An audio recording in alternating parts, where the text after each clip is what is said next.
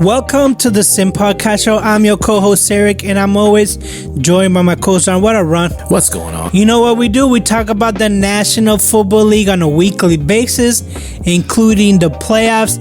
Ron, this is episode 127, and this is the official start of the season, week 1. How are you feeling about that? Man, I am so excited. A day away from real NFL football. I don't know what else to say. I'm really happy. I put a lot of bets in already, like season stuff, and I probably spent about, $60 or so.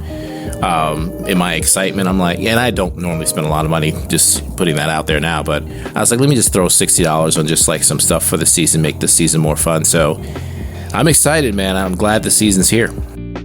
Yeah, I was looking at the Hard Rock app today, and I was like, this. I always get jealous of my brother. He lives in Massachusetts, and he gets way more options. He has DraftKings, he got FanDuel, he has all the different apps. But Hard Rock has a monopoly down here. You don't get as many choices. You get a lot of Jacksonville, Miami, Bucks, but you don't get even on the player stuff. It's not like there's no prop bets on every player. It's just whatever players they want. And I'm like, I went out there looking for a prop bet. I forgot who the player was, and the player wasn't even there. It wasn't even an option. I was like disappointed. It's very limited, but I'll find something. So what's on the docket today? We'll have NFL news. We'll have our power rankings. We'll have our predictions for the games. And then we'll have our predictions for our teams. And of course, we always end up with the upset special. So Ron, the first thing I want to talk about is that TCU versus UNC. I know that's college football, but it was Bill Belichick's debut on the college ranks. It did not go well. Yeah, and admittedly, I didn't watch too much of the game. I did see some highlights, saw some commentary on it too. Lots of people making a big deal out of the girlfriend being on the sideline and stuff. But I was watching a podcast or listening to Chris Sims' podcast, and he talked about the play, just football in general, and he was surprised about the lack of just variety in the play calling, both offensively and defensively. Everything seemed really basic, and it just basically it looked like the team wasn't prepared. There is I think a difference in talent too between the two teams, but he was just surprised how there was like a lack of preparation on North Carolina's side. Yeah, not only that, but and I think I texted the group chat. I was like, this is what you want in Nepotism 101, right? You got the two sons coaching with the dad, and one is in charge of the defense and one's in charge of the backs. And to be honest, Freddie Kitchens, he didn't blow me away when he was with Cleveland, when he was Arizona. So it's going to be like a while before this gets going. But the fact that MJ was there, Randy Moss, all the celebrities, they made it into a bigger thing. Like they try to make it into a like Deion Sanders like comparison with Colorado. There's no comparison between the two. No, like what Deion was able to do, just with the number of players he was able to bring in, people want to play for him, right? Not a lot of people want to play for Bill, right? So he was able to just significantly change the outlook for Colorado instantly. Well, not only that, but he started at Jackson State. Yeah, that too. So he didn't just go into the big league. That's true. So let's I'm gonna reserve my opinion, but he did get his butt whooped. Yeah. On his debut. I wonder what the message to the team after that game in the locker room what it's like. I know. I wish that they had Hard Knocks college version. Oh, that would be great. That would be great. That would be awesome. The other set of news, Ron, the Red Zone channel is going to have commercials. Yeah. Now, I know he was very vague about this when he did interviews, but is this going to ruin the Red Zone? I think it does, right? people tune into the Red Zone because it's nonstop football. That's the whole marketing, of Red Zone channel. People don't, they don't go there to look at commercials. They want to see nonstop action, even if it's not a scoring touchdown. I think they're trying to sell it, as, hey, you're not going to miss a touchdown, which is fine. But what about all the other big plays that they have that Red Zone continues to, show? It sounds like you're going to miss some of that now with like the commercial. So listen, it's all about greed. It's all about money. That's what it comes down to. No one should really be that surprised about it. So it is what it is. Yeah, I mean, people are still going to buy the Red Zone because there's so many fantasy owners out there. They just want to get the points, right? And whenever a team is inside the 20, they're going to cut to that team, whether the team is bad, good, or whatever, because all you care about is your guy who you started this week, is he going to cross the line? So I know you, NFL. I know you're going to get tons of Red Zone. But it's not going to ruin it, I think, but it is going to be different. Like, people, instead of just keeping the Red Zone all the time, people will switch channels at some point. It makes a difference. And even if like, I look at like Prime, right? I used to love Prime. They have a lot of shows, but one thing I liked about it was commercial free. Well, now they have commercials and a lot of all the streaming sites. It's just, it's taken away. If I wanted that, I might as well just watch regular TV, basically. But that's what it's come down to. And it just, again, it comes down to greed, so what can you do? Yeah, you can't do much about it. Ron, let's go into the power rankings. Who do you have week 1 in your power rankings? Yeah, I got Philly at top, and I'll be honest, they're probably going to remain there at the top for most of the season, if not all of the season. So I have them ranked as number 1 right now. Did you want me to go through all of them? Yeah, go 10? Just through all of them. All right, so I got Philly at number 1, Buffalo at number 2. I got Detroit at number 3 right now. I got Denver, believe it or not, at number 4. I just think their roster is really good. I expect a huge jump from Bo Nix as well. I got Baltimore at 5. As you went through our over-unders a couple weeks ago, I mentioned that I had them missing the playoffs. We'll see if that happens. KC, I dropped them to number 6. I do think they'll take a step back, and I got Denver winning that division. I got Tampa at 7, Green Bay at 8. Washington at 9, and the 10th spot was a little bit of a challenge, but I put Minnesota in there. I just think, Minnesota has a really good coach. I think the quarterback will do all right. They'll do just enough, and I think they'll win, 10-plus games this season. Yeah, I don't have a problem with that list. Probably just Minnesota, but I basically have the same teams on my list of power rankings. Philly number 1, Baltimore number 2. Buffalo 3, Kansas City 4, I have Detroit at 5, Tampa Bay 6, Green Bay 7, I have Denver at number 8, Houston at number 9, and then I have Washington at 10. Yeah, that was the only difference. You have Houston, I have Minnesota. Yeah, I just like Houston's quarterback more than Minnesota. When we do our predictions, you'll see why, because I don't know how good he's going to be. I know the defense is excellent, but I want to see what the quarterback looks like. Yeah. So let's go into predictions then. Let's do it. First game of the season, which is Dallas at Philadelphia. This is a Thursday night game. The spread is Philadelphia by 3.5. The points total is 47.5. Ron, who you got? I got Philly. And quite honestly, I'm surprised the spread is not a little bit bigger than this, but I got Philly winning this one. Yeah, I got Philly too. I mean, this is a no-brainer. It's first game of the season.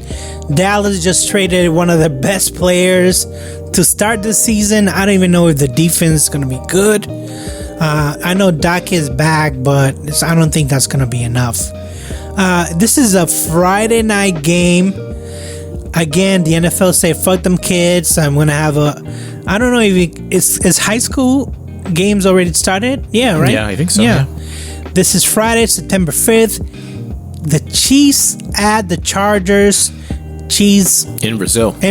This is Brazil, so get ready for injuries because the field is going to be a mess. Yeah. Kansas City 3.5. The over and under is 46.5. Ron, who you got? I'm taking the Chargers here, and not that I necessarily think Chargers are a better team, but first game of the season, Kansas City, I think, started off, what did they start off last year, 0-2 or something like that. They didn't get a good start last year. I just think the Chargers are going to come out ready. They're gonna run the ball. That's their whole plan. They got Omari and Hampton. They got Najee. Looks like he is gearing up to play on Friday. They have a huge offensive line. I don't think they'll ask Herbert to do too much, and I think their defense will be fine. So I got the Chargers winning this one. I got Kansas City winning this one because, as you mentioned, this is going to be a close game because that's the way the Chargers like to play. But close games, I feel like that's Mahomes' specialty. So I think that at the end they pull it off. Kansas City wins it. I will almost put money on it, but I'm not because it is Brazil. So who knows when they're flying out. It's just like, I know what the NFL is trying to do, but this is not good. It's not going to be good football. It just isn't. So but you'll be watching. Oh, of course. I have to critique it somehow. Let's go into Sunday. The first game on the docket is Tampa Bay at Atlanta. Tampa Bay is favored by 2.5. 47.5 is the over and under. Ron, what you got?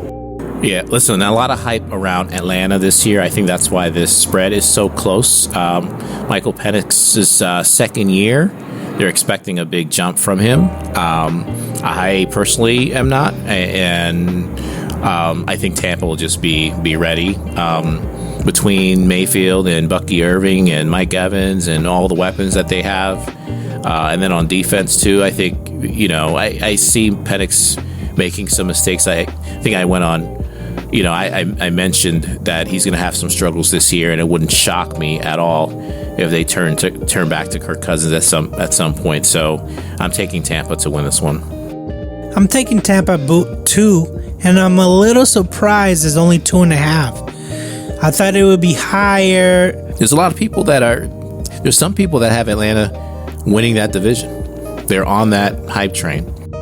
I also saw that Todd Bowles is on the hot seat, and I was like, wow. I thought that winning the division like 3 years in a row would take you off the hot seat, but I guess they have some big expectations, but I'm taking Tampa to win this one. The next game is Cincinnati at Cleveland. Cincinnati's favored by 5.5. 47.5 is the over and under. Ron, who'd you got? I got Cincy winning. I do think this is going to be a closer game than people expect because, Flacco has some of those games where he looks like, he can throw for like 3 or 4 touchdowns against Cincinnati defense. That should not be, I don't think that'll be that difficult for him to achieve that. But I think, listen, I got Cincinnati winning the division this year. I think they're going to come out strong. I like the fact that Burrow played a lot this preseason. I just think that they have a completely different attitude, and they're going to come out and win. I don't even know who the Browns receivers are.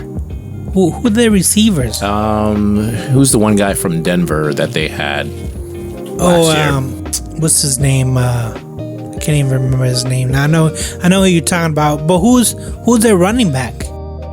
So the one they drafted is not even signed and under contract yet, right? So Jerry Jeudy is the receiver. So Jerome Ford is their starting running back right now, and Dylan Sampson is the rookie that they drafted. They also had Raheem Sanders. He's another rookie, 4th strings, and then Quishon Judkins, again, not under contract yet. So, man, that team, I don't know what the hell they're doing.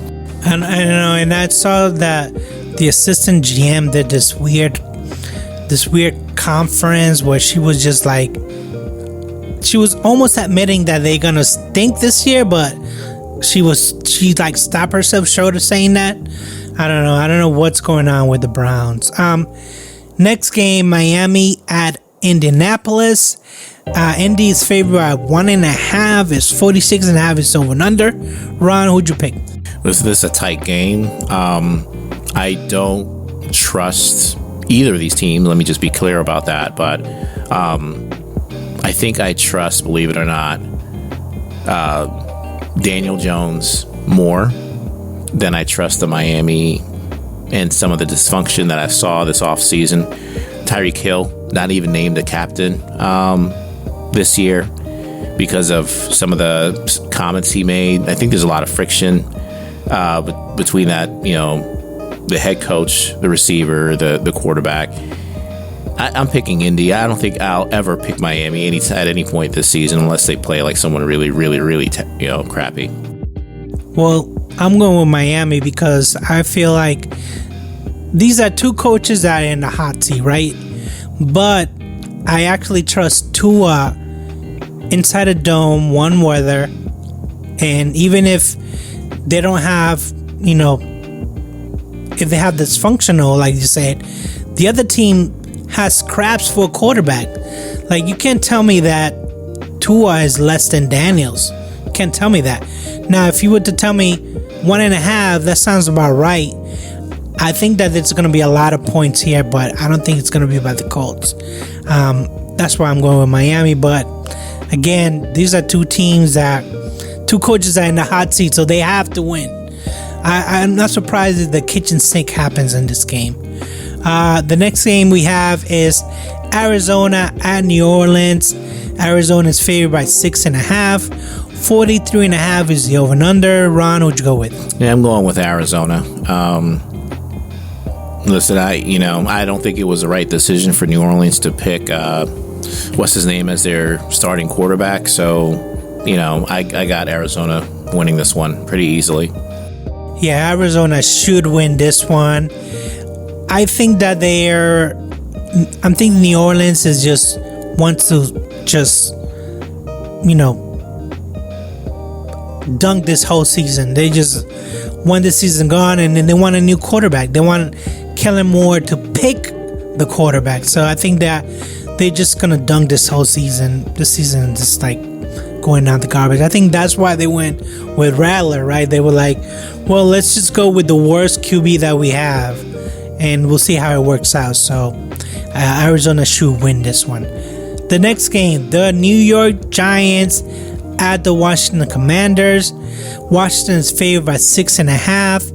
45.5 is the over and under. Ron, who'd you pick? Yeah, I'm taking Washington. I don't know if they'll win by that spread, 6.5, but I'm still taking them to win this game. Listen, Russell Wilson, that's an improvement on what they had last year.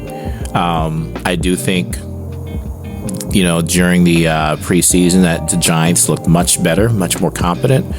But it's still Washington. I think they're a better team, better roster. That defense is going to really bring it. So I can't see Washington losing. I'm going with New York because I'm not on the Washington hype train yet.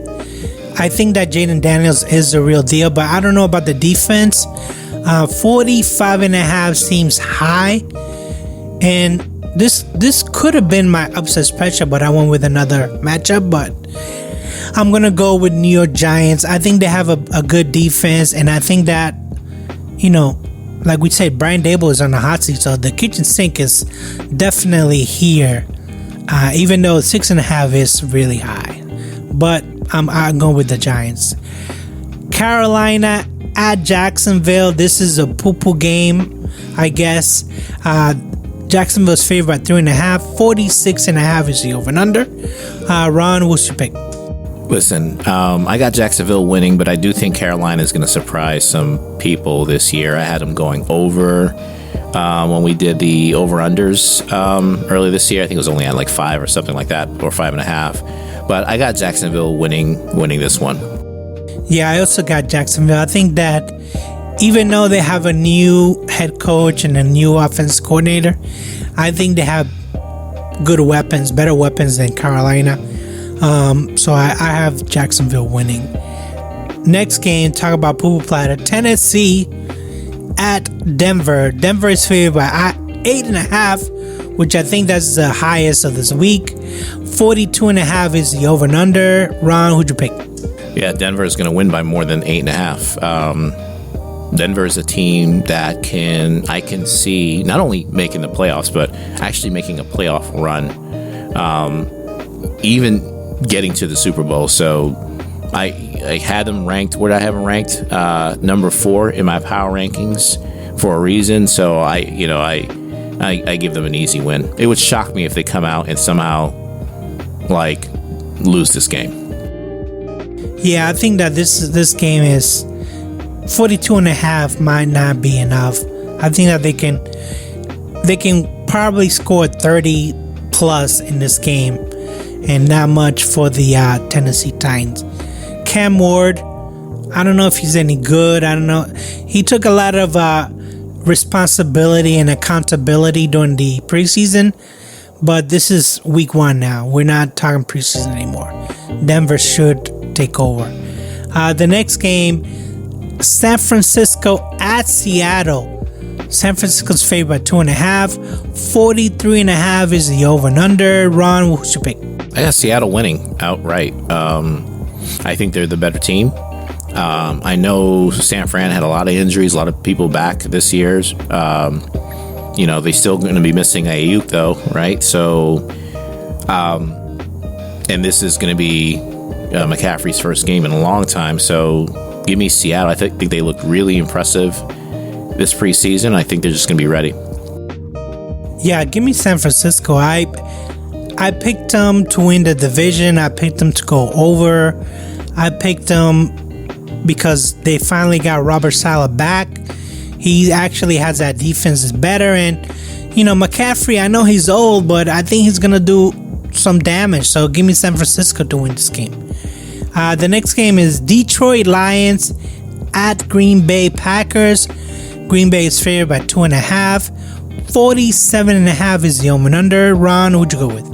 Yeah, I mentioned I went back and forth with this one because I do think Green Bay has a really good team. I changed my over and unders to have them going over. But Detroit and Dan Campbell has a really good record in Green Bay at Lambeau Field. So I'm taking Detroit to win this one. Yeah, I'm taking Detroit too. I'm not going to overreact because they got Parsons. I mentioned that he might not play, and I don't think he's going to be ready. He didn't do any of the preseason OTAs or nothing.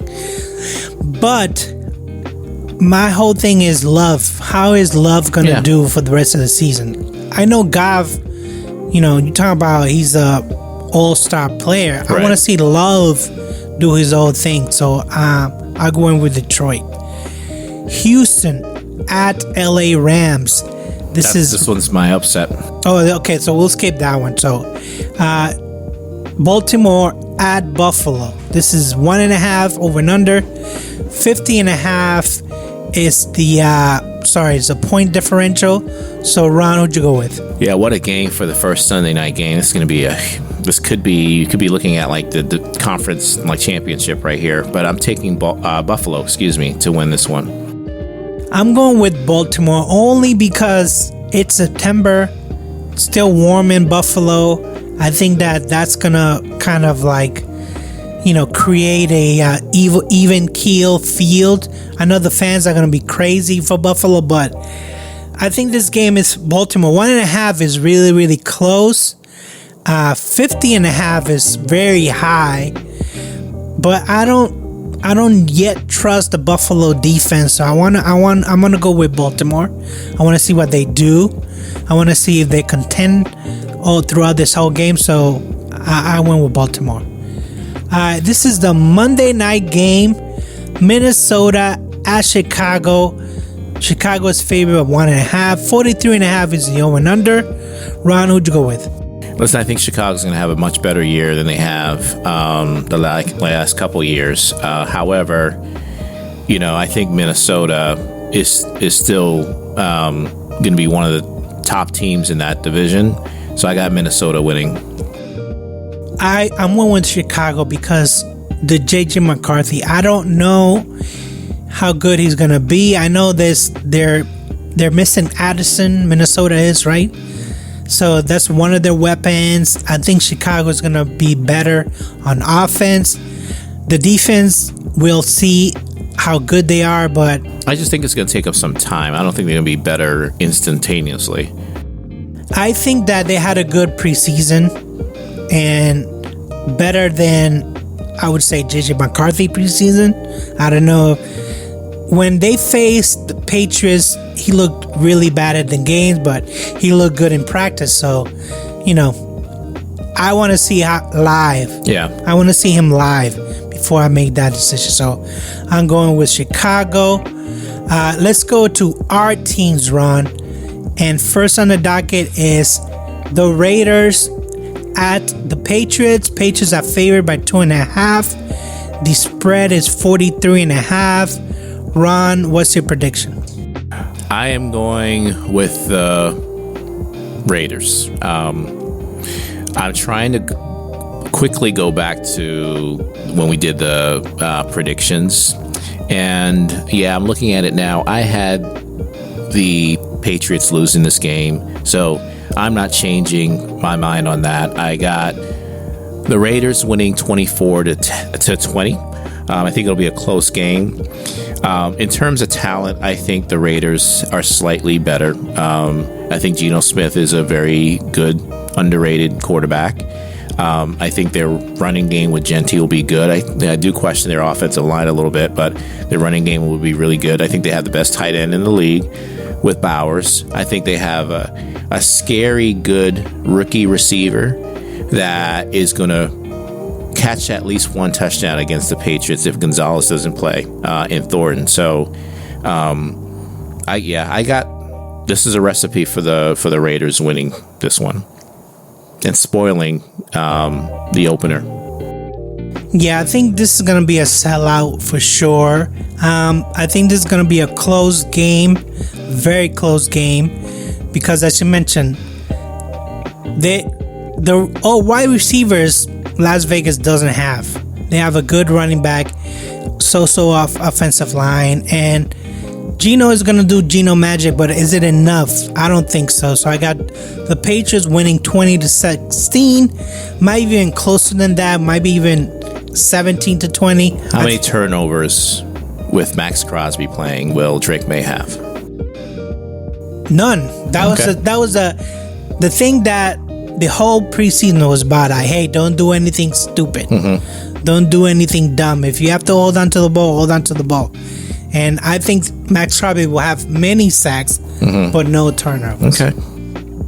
The next game, Pittsburgh at New York Jets. Pittsburgh favored by 2.5.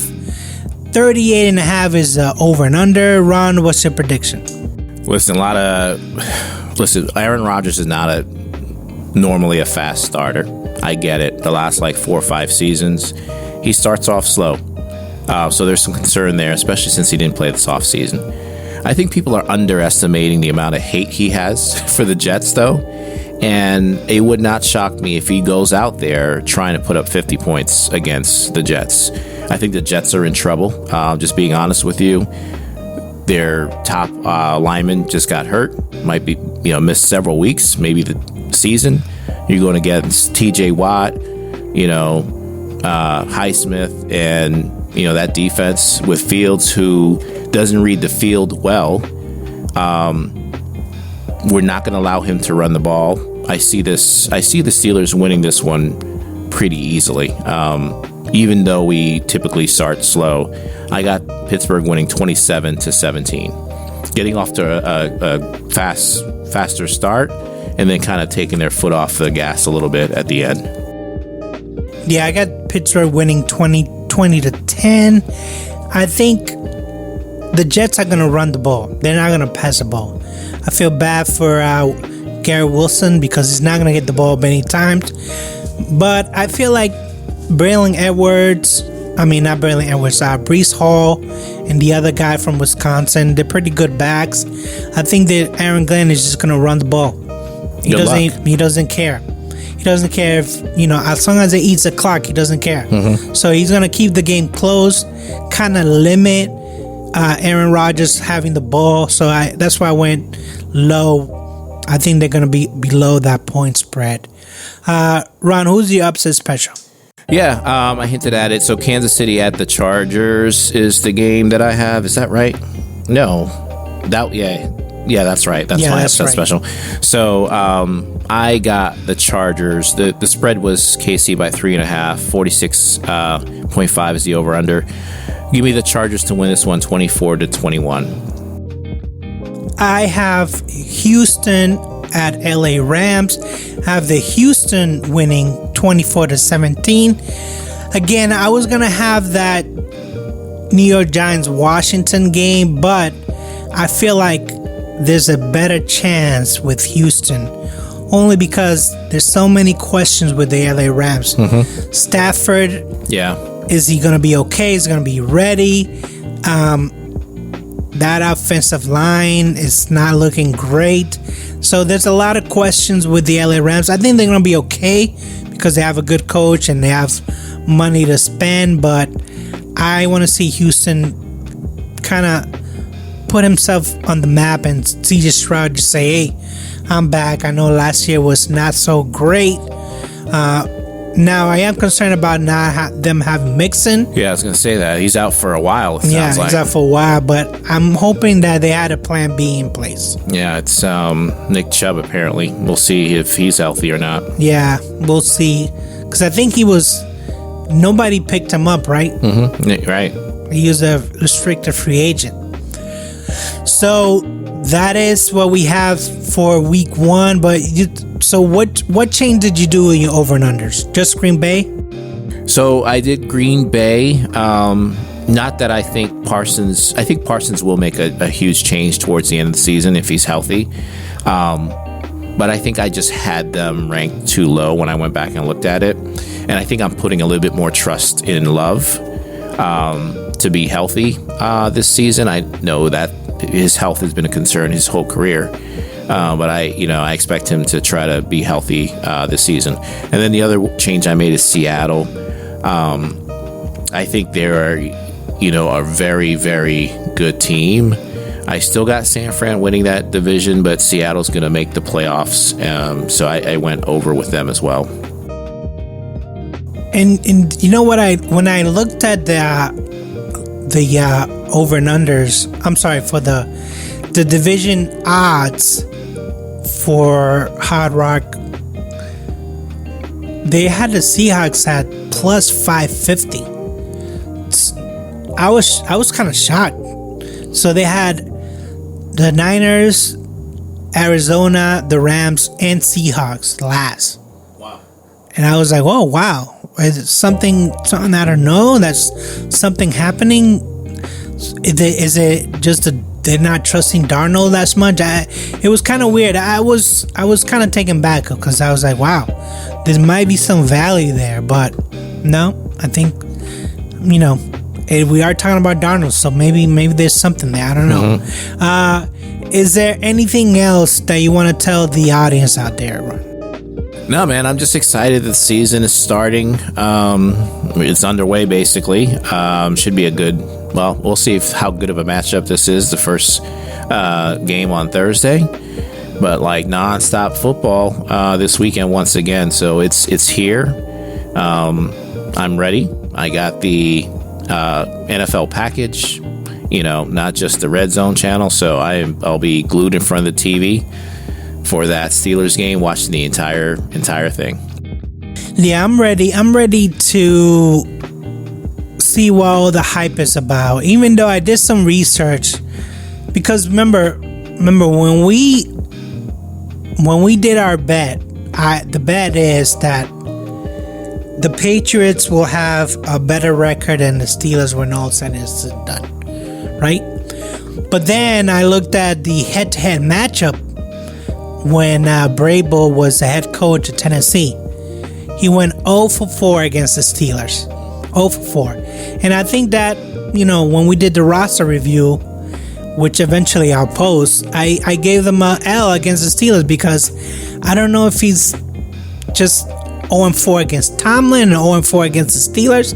I need to do some more research, but I was like, yeah, even though they have a cupcake schedule, I think that that matchup he's gonna lose for sure. And listen, to be fair for all the Patriots fans out there, especially the ones buying into a lot of the media hype, the media is going based on what they saw last year with Washington, and I don't think those expectations are realistic when you just look at the roster itself. They made the right decision with the coach, but you got to give him time. He's not going to turn things around instantly. You get to 7 wins, that's a win, period, right? Considering where you were last year. And forget about win totals anyway. All you want to see is improvement, especially at the quarterback position. If you see growth from Drake May and you're certain he's your franchise quarterback, that's a win. I don't care what the record shows, because it's going to take the coach to get 2-3 years to get his people in there, his players, right, for him to make draft picks. And I think he hinted at that when he talked about in one of the press conferences. I think he had talked about like some of the turnover with the roster and some of the guys that they drafted not making it to like second contracts and stuff like that. He can't do anything about that. Those aren't his players. So you got to give him some time to turn the roster over a little bit. He brought some vets in to kind of give some leadership, but they might not be as talented, but I think he's trying to build the right culture, but we got to be patient with him. Now, if he goes out and makes it to the playoffs, then great. But I don't think that should be the expectation from Patriots fans. I wish that be true about Patriots fans, but a lot of them have basically the Patriots winning the FC East, and I was like, whoa, pump the brakes. I think that you guys are expecting too much. Yeah. And like I said, if he doesn't meet those expectations, it's not a total loss. Yeah. It's not a total loss. It's gonna take some time, maybe 2 or 3 years, to like be an actual contender. I mean, look at the guys he brought in this year. Like I think they feel good about their linemen that they drafted the first round. I know they feel good about Henderson, right? So just give him time to like draft his players, bring in some more free agents, and give it a year or two, and they'll be good. Yeah, I think that there's just so many things that they need to improve, that if they go over 6, 7, 8 wins this season, it's a win. It's a win. He might, like I said, he should be voted for head coach of the year if they actually go from Absolutely. 4 wins to 8. Yeah, that's for sure. Okay, so next week we'll have our head-to-head totals for our predictions, and then we'll have our power rankings. So please enjoy yourself, drink responsibly, bet responsibly, yes, gamble responsibly, cook responsibly. You don't want to. There's nothing worse than overcooking your meat, or if you're a vegetarian, just overcooking your food, period. So don't do that. So, and that being the case, I say peace.